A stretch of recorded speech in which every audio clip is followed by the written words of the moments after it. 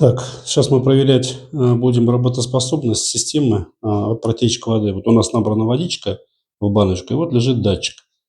Включаем воду общую, то есть холодная и горячая включена.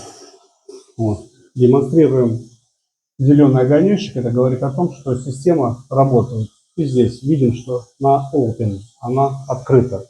Два счетчика работают, холодная и, соответственно, горячая вода. Дальше мы берем датчик и имитируем протечку воды. Слышим звук,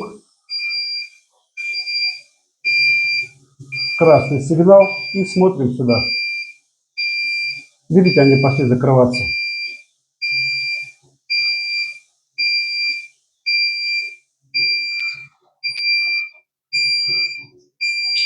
Вот система полностью перекрыта. Буквально несколько секунд, друзья, все.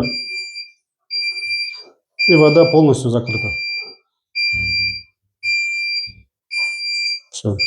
Соответственно, если у тебя была протечка, то ты уже абсолютно защищен. Соответственно, у нас здесь защита и на кухне защита.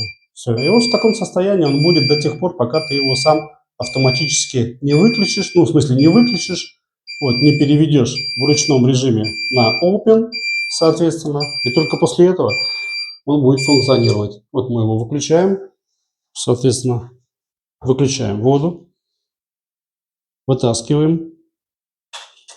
Давайте просто протрем его вот так. Он был сухой. Все. Сухой. Пойдем сюда. Соответственно, переводим.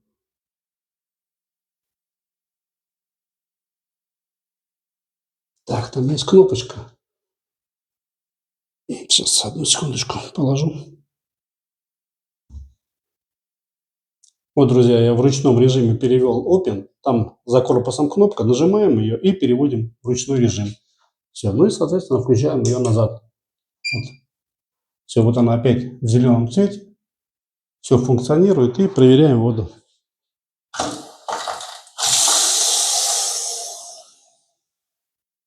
Вот так вот, друзья. Все отлично работает.